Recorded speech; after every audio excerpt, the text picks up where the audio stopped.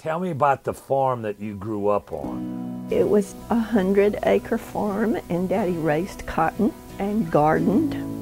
And my grandmother lived right above us, and she had milk cows. My father would bring the milk, the sweet milk, the buttermilk, and the butter into town and sell it to individuals for my grandmother to have money. So he really worked his own land, and he took care of her. Growing up, did you have to pick cotton? Yes, sir. I had difficulty getting the cotton out of the boll, so I did not pick as much cotton as my friend did. So Daddy's workers in the field would slip me cotton so that my cotton would weigh as much as her cotton at the end of the day. You and your wife are unique in that you both grew up on farms in Anderson County, and your family continues to own both those little farms. How important has it been for you and your family to keep that part of your family heritage? I guess I love the earth so much, but we've really been blessed. Both of my boys, they're 2 hours from here at Honea Path, but they come back just about every weekend and work, and I mean work manually. But they've kept the farm, they've kept it updated. It's a cattle farm now. We used to have cotton was king, but that's gone. So I had a little small dairy, I guess you'd call it, sold grade C milk. Now, what are you doing with your wife's farm? About 25 years ago, we planted it in pines. So we've harvested, I think we've had 2 cuttings, and we got one last big cutting, which is coming up in 2 to 3, 4, 5 years. How close are they together, the 2 farms? The Kay farm is about 3 miles south of Honea Path, going toward Greenwood, and the Davis farm is about 3 miles going east toward Princeton. So we're kind of halfway in between. That was a question that come up when we got married, where we're going to live.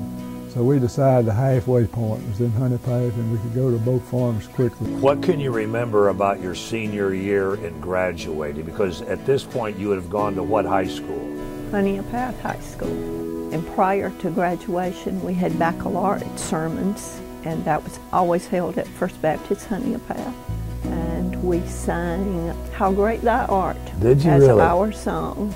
What was there to do at Honea Path High School sports-wise when you all were coming through? Football was king then. Several boys played for college ball. Jim Coleman at Clemson and Carol McLean at Carolina, and it was a good school. We had a lot of unity and love for every fellow students. It was just a happy time.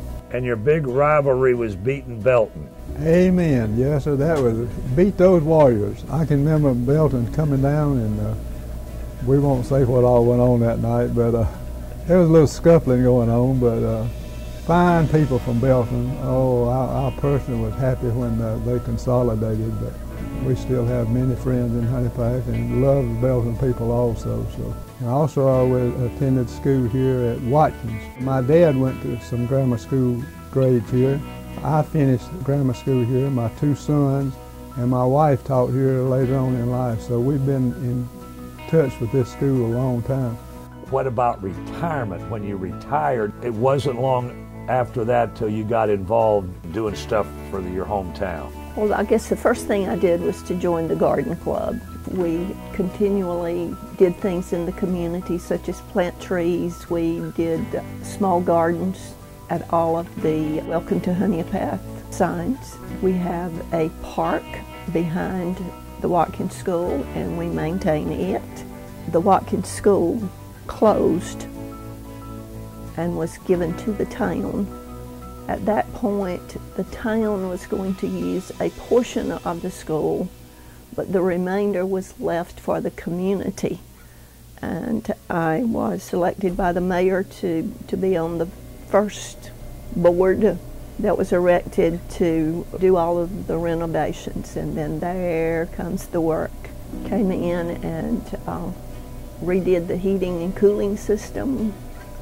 We put in new ceilings, and after that was completed, we redid the lunchroom to become a reception room for the town of Honea Path, which has been, I think, a blessing, a godsend, because people have a place now that they can come to and have family reunions and birthday parties. We even have entertainment coming in from time to time.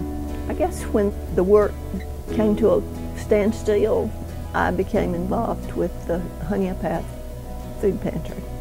And as a result of you being connected with the Watkins Center and the fact that there was space here, you were able to move that? Where had it been? It had been in a local business on Main Street, but they had to walk up steps to get into the building, and this is definitely not convenient for the elderly. So they were looking for a spot, and I believe my husband and I came with a group of pastors and looked at the basement level of Watkins because the mayor and town council was willing for us to use the space, of which we still use today.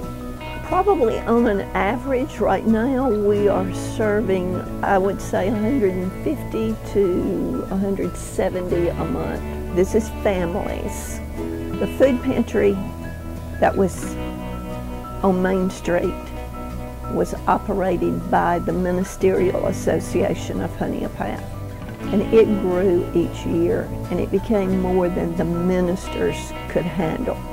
So the ministers met with the mayor and decided to form the Honea Path United Ministries.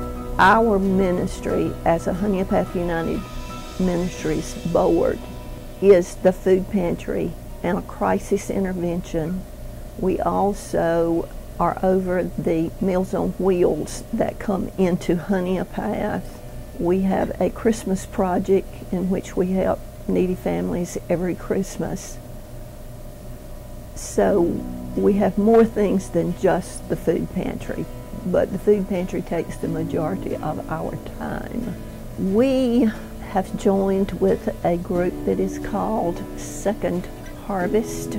They have a wholesale warehouse between Anderson and Williamston, and that is where we get the majority of our food. But then we also have to subsidize, and we have to buy some things that they never get. The community of Honea Path is a godsend because anytime we're in need of food, all we have to do is put out a message on Facebook and the food just absolutely flows in. Last summer we had a need and over 6,000 pounds of food came in just from the residents of Honea Path. Amazing. And it is. God blesses us. Another part of your heritage, and you and Shelby both, is that you all have grown up in Honea Path First Baptist Church. Yes, sir. Tell me about that, how important that is to y'all. It's very important to me. As I tell people, I went to that church before I was born. My mom and daddy would go before I was born. But it's so important for especially young people now to be involved in church. It's just got to be. But things have changed so much, Paul, in 83 years. Yeah. You've got to keep your kids in school and keep them disciplined and keep them in church. The churches are asked to participate, sending us financial help. Organizations are very good about helping us, not only with food products, but with monetary donations. So we have been blessed. I would think you're pretty proud of your hometown. Very proud. Very proud.